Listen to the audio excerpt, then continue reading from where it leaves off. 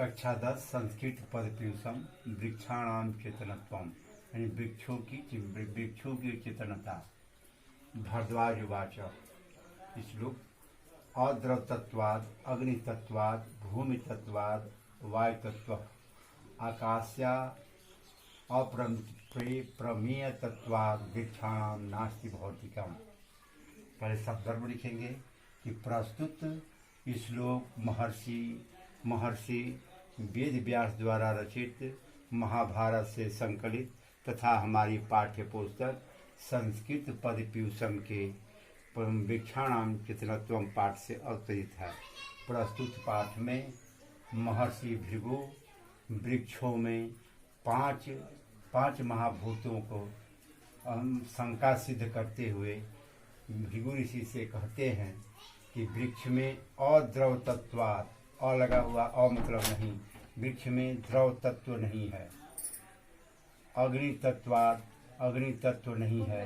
भूमि तत्वाद, और भूमि तत्व नहीं है। वायु तत्व नहीं है।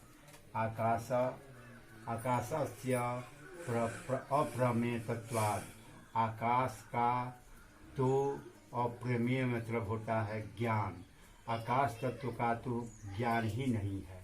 वृक्षाणाम नास्ति भौतिकम, वृक्ष में भौतिक तत्व नहीं है।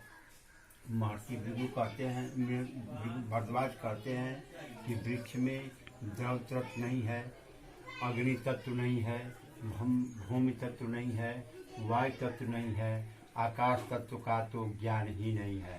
अप्रमेय मतलब ज्ञान ही नहीं है। वृक्षाणाम नास्ति भौतिकम, वृक्ष में भौतिक तत्व नहीं है। भृगुवाच।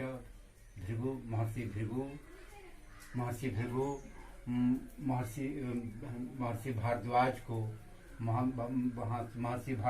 को शंका का समाधान करते हुए कहते हैं कि घनानामपि वृक्षाणाम आकाशो अस्ति न संशय, तेषां पुष्पफल व्यक्ति नित्यम समुपाधते। घनानामपि, घन मतलब आकाश भी होता है, घन मतलब ठोस भी होता है। तो घनानामपि यानी ठोस होते हुए भी वृक्षाणाम आकाशो अस्ति, वृक्ष में आकाश तत्व है। न संशय, इसमें संदेह नहीं है। तेषाम तेषाम उनमें, इसलिए वे पुष्प फल व्यक्ति मतलब प्रकट होना होता है, इसलिए वे पुष्प फूल और फल प्रकट करने में नित्य मतलब सदा, समुपादते मतलब सिद्ध होता है, इसलिए वे फूल और फल प्रकट करने में सदा सिद्ध होते हैं। महर्षि भृगु कहते हैं कि ठोस होते हुए भी वृक्ष में आकाश तत्व है, इसमें कोई संदेह नहीं है, इसलिए वे फूल और फल प्रकट करने में सदा सिद्ध होते हैं। 9वां है। उष्मतो मलायते पर्णत्वक फल पुष्पमेव च, मलायते सृष्टते चा अपि स्पर्श अस्ते नात्र विदते।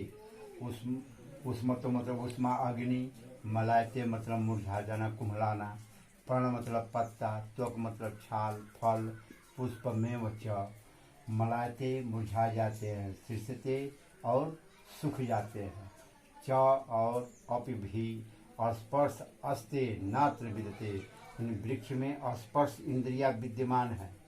महर्षि भृगु कहते हैं कि वृक्ष में वायु तत्व है, तभी उष्मतो अग्नि तत्व होने से उनके पत्ते, छाल, फल और पुष्प मुरझा जाते हैं, मलायते कुम्हला जाते हैं या मुरझा जाते हैं। चौपी और भी, मलायते शिशते और भी मुरझा जाते हैं और सूख जाते हैं। स्पर्श ते अत्र विदते, वृक्ष में स्पर्श इंद्रियां विद्यमान है। अत्र मन इनमें, इस वृक्ष में स्पर्श इंद्रियां विद्यमान है। महर्षि भृगु कहते हैं कि वृक्ष में अग्नि तत्व है, तभी उनके पत्ते, छाल, फल और पुष्प मुरझा जाते हैं और भी मुरझा करके नष्ट हो जाते हैं। ते नात्र विदते स्पर्श में, इसलिए उनमें स्पर्श इंद्रियां विद्यमान है। वृक्ष में वायु तत्व है, तभी उनके त्वचा में स्पर्श करते हैं।